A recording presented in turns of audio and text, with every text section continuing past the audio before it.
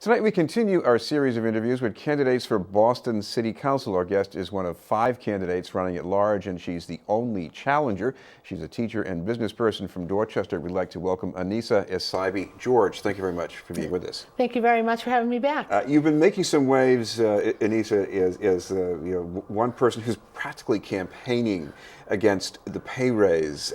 So I guess one question about that is, we know where you stand, you don't like it, but what about the way it's being handled right now? Well, one correction. I'm not campaigning solely against the pay raise. That is one topic of discussion. Not exclusively, that's yes. come up right. on the trail. Yeah. And it's just a small part of what I've talked about. It just so happens that that's what the press and the public seem to be, attracted to and wanting to talk about. I'd much rather talk about a whole lot of other things, from schools to economic development to job creation, job stabilization to public safety. All of those things I'd much rather talk about than the pay raise. And how it's being handled, one option here that seems maybe likely is that the council just won't vote on it at all.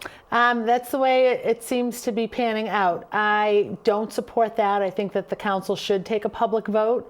I think even going forward, there's some talk right now about how the pay raise should be handled in the future. And there's a couple of different suggestions on the table. I think at a minimum for me that the pay raise discussion should happen. It should happen in a public forum so that the public and the taxpayers and the voters in Boston are aware of it. But it should also happen in a very definite period of time. We should not be talking about this for 12 months, and that's where we are. One thing that's definitely more important is what we get for our money. There's a story in the Globe that found, to no surprise, that most councilors do not spend a whole lot of time inside City Hall. I know that's not the only place where you can work, but how do you see yourself? Well, I think that you need to find, every counselor has his or her own style. And some tend to spend more time at City Hall, some spend more time in the community. And I think each person, depending on their personality and the work that they're doing, needs to find that balance. I imagine that I will be at City Hall quite often, especially during the day. And that's when sort of the business needs to happen. That's when hearings at City Hall happen. And then in the evening, I'm on the road at community meetings, community events, and being with the residents of the city of Boston. And finding that balance, I think, will take a small period of time. And I think that just working hard is incredibly important. Being visible, but being active, because being seen is part of it. They say showing up is half the work, but you need to follow through with action and work on the other end.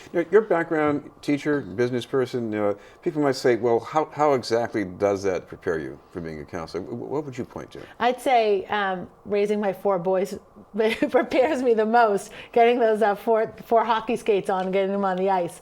It's multitasking. It's being efficient. It's being effective. It's being able to, set priorities each and every day, because different things are important every day. For me, in my regular everyday life, my kids are always most important.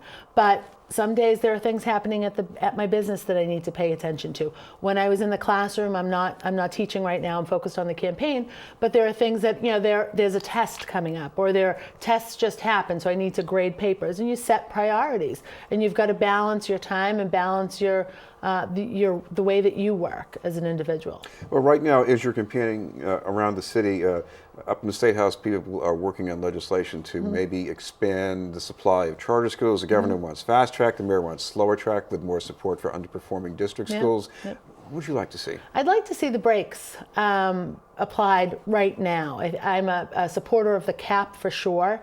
And for the city of Boston, in my role, hopefully as a city councilor soon, is to work on improving, strengthening, and promoting the Boston public schools. We as a city don't have any responsibility or authority over the charter schools. We certainly represent the parents and the families and the children that are in those charter schools, but we don't have any authority over the curriculum, any authority over the teachers and the administration. We need to focus on Boston public schools, and we need to make sure that the good things that are happening in our classrooms with our kids. One of the other things going on here is we're deciding about the enrollment process, maybe putting everything all together for charter and district schools, and maybe having less busing too. What do you think about that? Yeah, no, busing is $125 million of our school budget. The school budget is the largest item that the city spends money on. It's about $1 billion. So for sure, we need to look at ways to cut some costs. One of the most frustrating things when talking about busing for me is seeing buses that are mostly half full. I'd like to see us maybe shorten some of our buses and be a little bit more, efficient with fuel and all of that, and then the traffic that it causes. But I think we need to go back to the basics when it comes to our schools as well, and really refocus our energies on taking care of our student population, and making sure that they're prepared for college or work after graduation. One issue the council has been working on already this year is about police conduct and the use of force, and one idea they're definitely pursuing is maybe a pilot program to have body cameras. Do you think we should have that? We're moving forward with that pilot program. There's, I guess, a federal grant that's in the works now that the city's trying to get on board with a pilot program. For sure, it's worth us seeing how those body cameras are and how we can use them in a good way and in the right way. And for sure, it's such a financial commitment for us that doing a pilot first is always the best. Never jump in with both feet. Let's test it. Let's see how it works and go from there. I'm sure you're hearing from a number of neighborhoods about the housing costs and displacement. Anything you think the city council should be doing to maybe help the people who were most threatened by that? Well, this morning I was actually at Rosie's place and met with a group of women that are either homeless or just coming out of homeless and in transition. We need to work very diligently on developing more housing in the city of Boston, for sure. The mayor has recognized that as a goal, and a big goal and an important goal, to reduce housing expenses across the board. But we need to also focus very closely and especially on homeless families. As a school teacher, I've had students that are homeless, and we need to make sure that we're giving them the services both while they're in our classroom, but then also transitional services outside of school for their families to transition from homelessness into stable homes. And it's got to be a top item for us, because those families are in such turmoil. And how do we get success out of those kids when they're worried about where they're going to sleep that night? Their parents are worried about how are they going to be fed, and where their stability is going to come from. And with those kids in particular, most often they end up in family shelters outside of the city of Boston.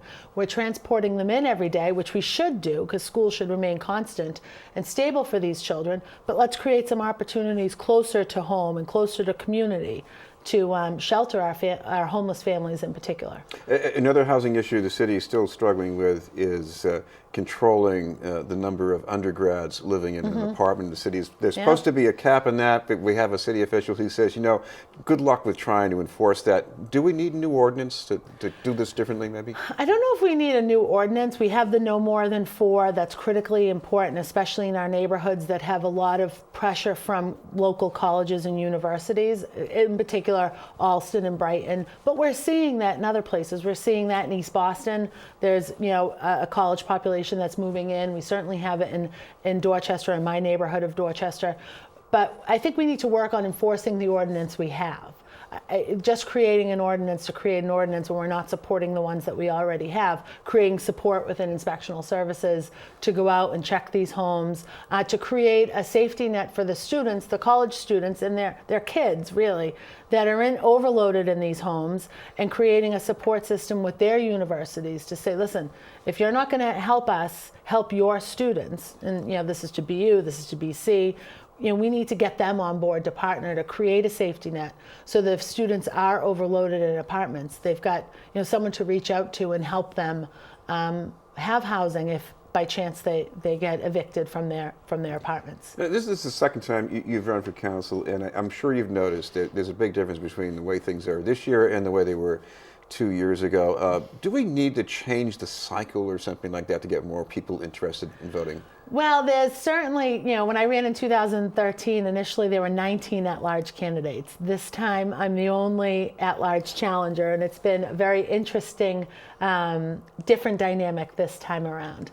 It's certainly quieter, I think, because we don't have a mayor's race. It's probably worth a look at some charter reform to create maybe a 4-year council instead of a 2-year council, so that it's in line with the mayor's office. And it also, I think, creates a little bit more competition, a little bit more awareness around that race. It also creates some power for the city council if you're in a 4-year cycle as opposed to a 2-year cycle, and matching that of the mayor. Right. Thank you very much for being with us. No, thank you so much. It's wonderful. Candidate for City Council at Large. That's Annissa EssaibiGeorge. And by the way, that election day is November 3rd. Up ahead, a way to make healthcare more affordable and more effective. But first, this message.